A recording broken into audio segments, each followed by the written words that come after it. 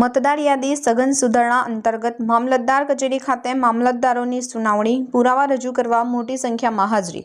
કેન્દ્રીય ચૂંટણી પંચના જાહેરાત અનુસાર ગુજરાત રાજ્યમાં મતદાર યાદીની SIR પ્રક્રિયા હેઠળ મતદાર યાદી સઘન સુધારણા કાર્યક્રમ 2025ને અમલમાં મૂકવામાં આવ્યો છે।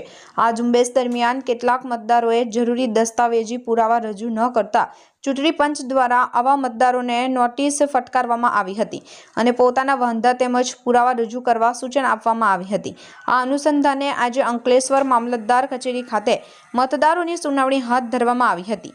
નોટિસ પ્રાપ્ત થયેલા મતદારો મોટી સંખ્યામાં કચેરી ખાતે હાજર રહ્યા હતા અને પોતાના આધારરૂપ દસ્તાવેજો રજૂ કરી ચૂંટણી પ્રક્રિયામાં સહકાર આપ્યો હતો।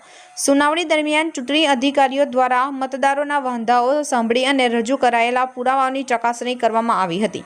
મતદાર યાદીની પારદર્શિતા અને ચોકસાઈ જાળવવા માટે ચૂંટણી પંચ દ્વારા હાથ ધરાયેલી આ કાર્યવાહીથી મતદાર યાદીમાં ગેરરીતિ અટકાવી શકાશે અને લોકશાહી પ્રક્રિયા વધુ મજબૂત બનશે।